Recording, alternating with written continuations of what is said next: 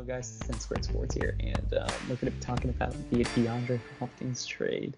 So this is one of my first videos back. We recorded this along with two other videos, and Nick wanted to get my reaction. But Nick, what was the summary of what you said in a video you made about this? Yeah, so I'll just give my take real quick. So basically, summarizing what I said in the first video I made, I was pretty shocked in that video because that was literally like 20 minutes after it happened when I made that. So I was kind of just still really shocked. Now that we've had a while to kind of think about it, I still think what I thought in that video, and I still think it is one of the worst trades in NFL history. I still fully believe that. Now, I'm not a huge NFL guy. I've only been really a fan of the NFL for the past like 3 or 4 years, like big time. So I don't know some of the trades that happened a while ago that could have been really bad, but I know for the time I've watched football and been a fan of football, this is the worst trade that I've seen. I still have the trade details right here. So Hopkins got traded to the Cardinals for basically David Johnson and a second-round pick and then a fourth-round pick next year. Cardinals also got a 2020 fourth-round pick, so this is your fourth-round pick. So basically, David Johnson is a running back who is out of his prime and very injury-prone, in my opinion. So I don't know why the Texans went after him. I just think he's another running back to go with their running backs who are kind of average, in my opinion. They haven't really had a great running back since Arian Foster. I don't think Lamar Miller's that great. I think he's just average, and I think Carlos Hyde, he had a good year last year, but I still think he's just above average. So they really haven't had a great running back, and I don't think David Johnson is going to be that. Now, if you traded for him a couple years ago when he was really good, then maybe that would be different. But since it's now and he's been injured, I don't think that's going to help. So you're getting an average running back and a second-round pick. So depending what they do with the second-round pick, and get a player that's going to equal what DeAndre Hopkins is. And also you give – and DeAndre Hopkins, in my opinion, is the best receiver in the NFL right now. So just giving him away for not a whole lot to me is just not smart. I don't know what Bill O'Brien was really thinking. I know there's stuff that Bill O'Brien was saying about DeAndre Hopkins that were really bad things he was saying about him. But still, I don't know how you get the best receiver in the league away for not a whole lot. So that's my opinion. So go ahead. Give me yours. Okay, so I was pretty shocked in it, and I don't like it. I don't like the trade. DeAndre Hopkins was one of the first people I ever started watching, and was one of the first people that got me into the game. Him and Andre Johnson together. He's top 3 for sure in the league right now, and he gets the job done. He draws coverage, so that the other wide receivers are a little bit more open. I think pretty much Hopkins had 3 years left on his deal, and he started asking for more money. You shouldn't be doing that as an NFL player. In fairness, he probably deserved a little bit. He does deserve a lot more. But what Bill O'Brien is trying to do is trying to beat Bill Belichick. Whether you like it or not, that's what he's trying to do. And he's trying to lay down a hammer and lay down the law that, no, you don't ask for money whenever you still have 3 or 4 years left on your deal. You're still a top-end wide receiver getting paid top-end money. The trade happened, and I remember 20 minutes before having a conversation with others and being like, there's no way he's being traded. No way. That's not possible. If he does, it's going to be a lot. And it really wasn't a lot. A second-round pick and David Johnson is pretty much when you get it out. Neglect the fourth-rounders because they cancel each other out practically. If you're looking for a wide receiver in the draft, this year's draft is absolutely stacked with wide receivers. Then again, Hopkins is he's on pace to be a Hall of Famer. He's on pace for Larry Fitzgerald type of numbers. But hey, speaking of Larry Fitzgerald, he's getting traded to the team that he bought. That's pretty funny. The Texans don't have any running back. They have Duke Johnson, who's more of... He did run the ball pretty well at the end of last season, but he's not your guy who's getting 25 touches a game running the ball. David Johnson's not a bad running back, and they resurrected Carlos Hyde's rushing career last year. He was dumped off by 2 or 3 teams last year, or I guess 2 seasons ago now. No team wanted him. They couldn't make him work at all, and he just had a 1,100-yard rushing season with a multiple, I think 5 or 6 touchdowns on top of that. So he had a good season. I think the Texans have an improved O-line, and Titus Howard's coming back, who is the best tackle from the previous NFL draft. Titus Howard, who's going to play next year, and they have a pretty decent center, and their left guard, Max Sharping, from a rookie, he played really well. They have a pretty good O-line, and they rushed the ball pretty well last year. I think what they're trying to do is they're trying to make the offense more versatile.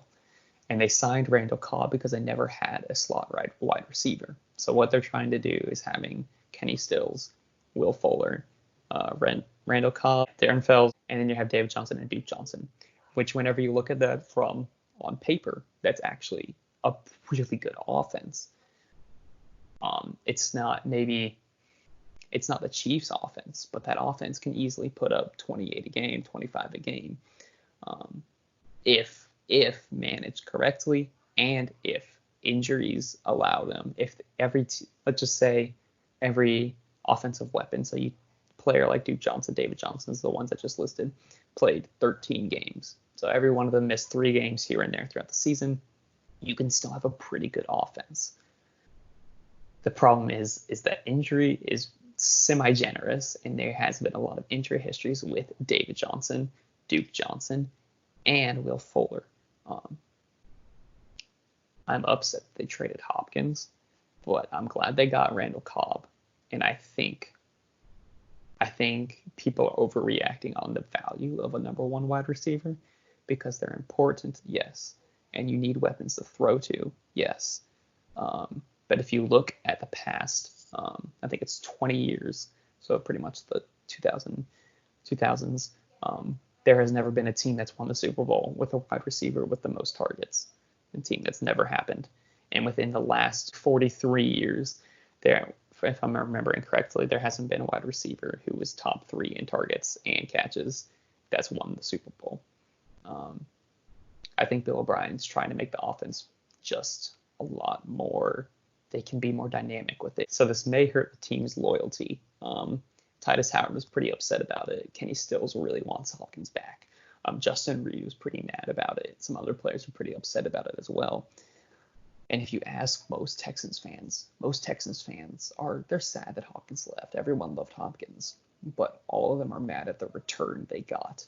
They feel as if they didn't get enough return because Stephon Diggs got like 4 picks. Got a first round, I think got a 3rd rounder, 4th round, and a 6th rounder, and like Stephon Diggs plus a 5th and a 6th or something like that. That's just me off the top of my head. Why didn't we get that with one of the best wide receivers in the game? I think it's just confusing. I don't think this hurts the Texans as much as people think it does, and opened a little bit more cap space.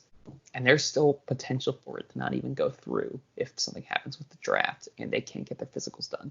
So I didn't know that it's still not totally finalized yet. It's not finalized, and the draft is in about 2 weeks. And if they don't get their physicals done in 2 weeks, this trade, because it is still highly probable that they don't get their physicals passed, and that would result in the Texans getting back Hopkins and all the picks going back to normal, which would cause chaos in the NFL because Hopkins wouldn't want to stay on the Texans, of course. Yeah. Do you think if that happened, would he hold out? It's sort of like, I guess you can say, have like an analogy here of like, if you're in a relationship with somebody and then they go and cheat on you, and then you find out that they cheated on you and like deliberately, and then they come back to you and they're like, oh yeah, we want to be with you. No, that's just not how it works. I think they would try to trade Hopkins, and I think there would be some teams that bite. I think the Jets could bite. I think there's some teams that could. It's going to be confusing. It's going to be weird, but the biggest concern is the depth for the Texans at the wide receiver. Yeah. But I don't think their offense is going to be terrible. That's my sort of whole take on it all. Okay. But I'm definitely annoyed at Bill O'Brien, like every other Texans fan. Yeah. Okay, that's not as bad as I thought. Didn't So what do you think is the probability that this trade won't go through? I'd say 15 to 20%. I don't know how they So- would do like non-in-person physicals. They probably are finding a way to do it, I'd imagine. But I think maybe 20% is even high, but I don't think it's like impossible. Okay, so you're thinking it probably won't happen, but there's a chance that they don't pass their physical and this trade doesn't happen. Okay. Yeah, so one thing that you did say about number one receivers that I disagreed with, I think, like, for instance, you take my favorite team, the Steelers, when they lost Antonio Brown, and they had Juju as their number one receiver. Juju the year before with Antonio Brown was amazing. Like, he played amazing, even almost better than Antonio Brown, honestly. But then you go into a year without Antonio Brown, and Juju is not good. Like, he doesn't even have 1,000 yards. I think he had like 700 yards or something. Like, not very good. And then, so basically what I'm saying is when you have a number one receiver and you take him away, then your two becomes your one. And that player, unless they're really, really good too, which I don't think Kenny Stills or Will Fuller neither of them are an amazing two. I think they're both threes in my opinion. So I don't think either of them are going to step up to be a number one. So I don't think you have a number one now on the Texans. You have a couple of really maybe a 2 and a 3 with Kenny Stills and Will Fuller, and then you have whoever you draft who's not going to be able to come in and just be a 1 all of a sudden. So I just don't think you don't have a top target that you're going to throw the ball to automatically. And so that worries me because, number one, you're going to have your Kenny Stills last year be the one who's doubled or Will Fuller. And now you're going to have the other one who's going to have to step up into their role. I just don't know how it's going to all work because Deshaun Watson, he's great and he's amazing, but I think he did rely on Hopkins a lot last year, and I don't know how they're going to recover with guys that aren't 1s or 2s even. I'm almost going to refute a lot of what you said there. Okay. So I think the Steelers thing is a little bit, you can't count it because they had the number 2, 3, and 4 quarterback playing with Mason Rudolph, Jacob Dobbs, and who was the other guy that played? Devin Hodges. Yeah, Devin Hodges. And I think it's a little hard to compare. Plus, they had O-line injuries. On top of that, they had James Conner injured. I think it's a little hard to compare with that. But then we can also look at the Vikings and see that they lost Thielen for pretty much the whole entire year, and Kirk Cousins had one of his best seasons, and Stephon Diggs had one of his best seasons. So there's definitely an argument for both, but we never saw the Steelers with Antonio Brown and some other good weapons make it to the Super Bowl. Michael Thomas didn't make it to the Super Bowl this year. They got a first-round exit. In fact, the Vikings beat them. That win was not controversial. I don't want to hear what anybody has to say about that. Chiefs had an offense that used multiple wide receivers. The same thing with the Niners, and I think that's what they're trying to do. And you can do it, and Will Fuller is a number 2 wide receiver when healthy because his stats will show it. And he takes the top off any defense. And Kenny Stills is pretty fast and dynamic as well. He's more of that 2-3. But when you have Duke Johnson in there as well, who's the best receiving back in the NFL, actually second best behind Christian McCaffrey, and you have David Johnson who can receive, and Fells who caught the second most touchdowns last year, they have an offense. And Randall Cobb is one of the better slot receivers in the NFL. So they have weapons to do it. And the biggest thing is health, and that's a massive if. And I'm not like trying to understate it. That if is massive, and Hopkins was always on the field. That was the biggest if there is.